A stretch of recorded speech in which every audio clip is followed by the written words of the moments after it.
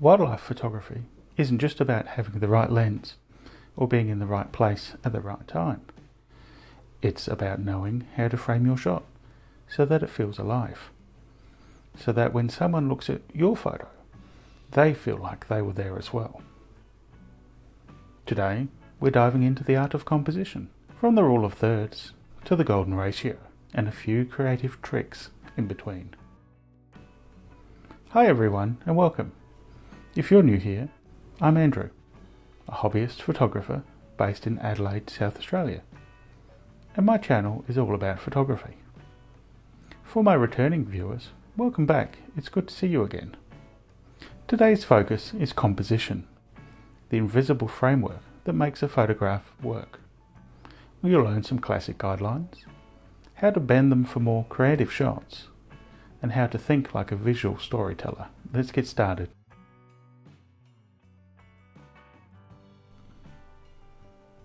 In wildlife photography, you don't get to pose your subject.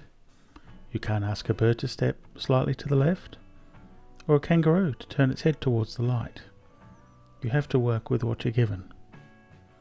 That's why composition is so powerful. By changing your own position, be it stepping a little closer, crouching down, or moving 2 steps to the right, you can transform a quick snapshot into a photograph that feels intentional and memorable.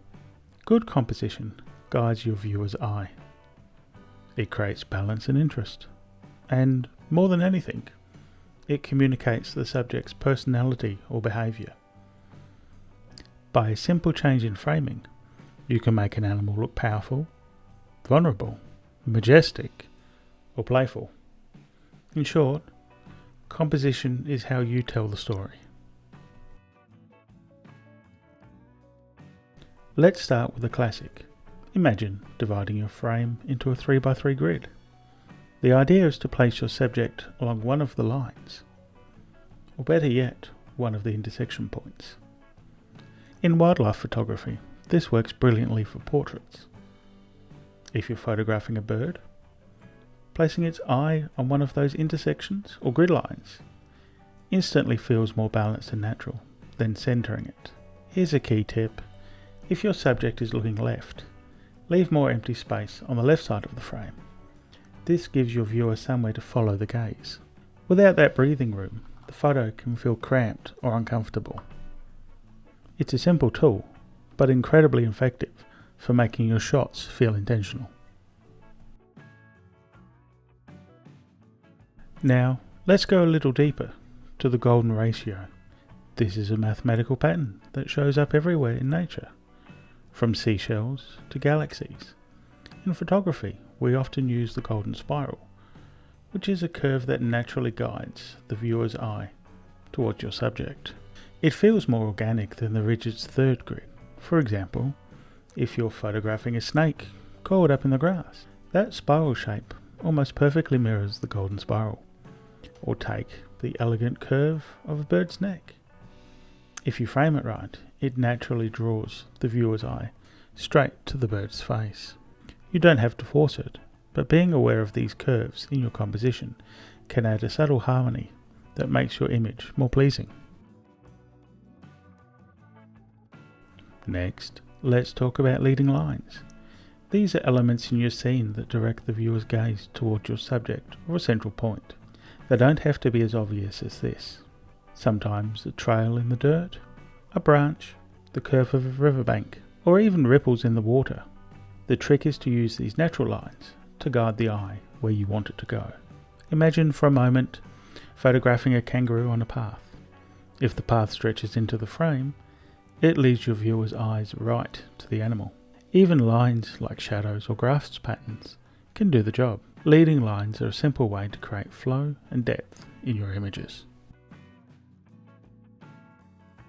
Another great trick is using natural frames.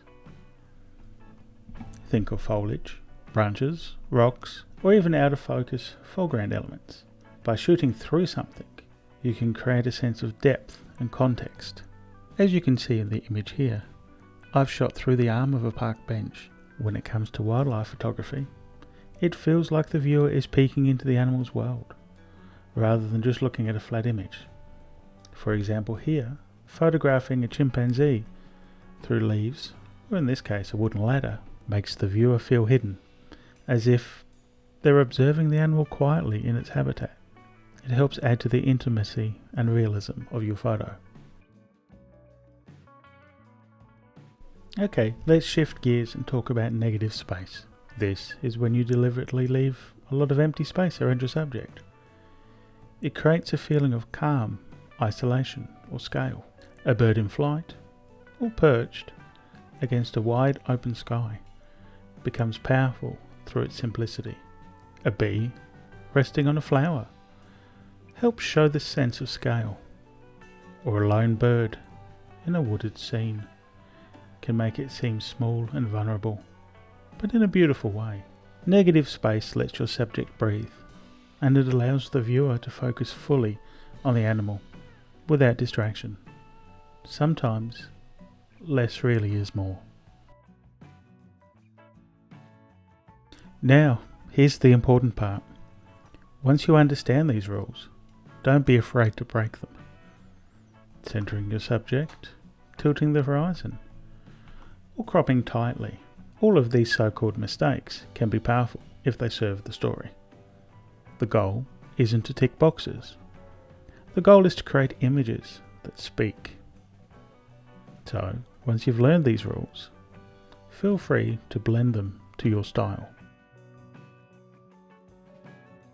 Thanks for joining me today, but before we wrap up, here are a few quick field tips for you. Firstly, and most importantly, move your feet. Don't just zoom. A lot of the time, changing your position changes the story. Secondly, always check your background.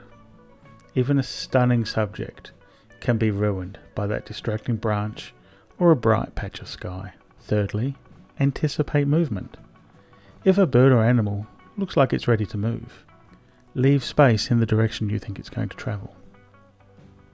And finally, don't be afraid to shoot a little wider and crop in later. Wildlife is certainly unpredictable, and sometimes giving yourself extra room can save your shot. So, we covered the rule of thirds, golden ratio, leading lines, natural frames, negative space, and breaking the rules. My challenge to you: next time you're out shooting, pick one technique and focus on it for the whole session. You'll be amazed how it changes your eye. If you enjoyed this video, don't forget to like, subscribe, and hit the notification bell so you don't miss future photography tips and tutorials. Let me know in the comments which composition rule you most often use, or if you've ever broken one to get that perfect shot. See you next time.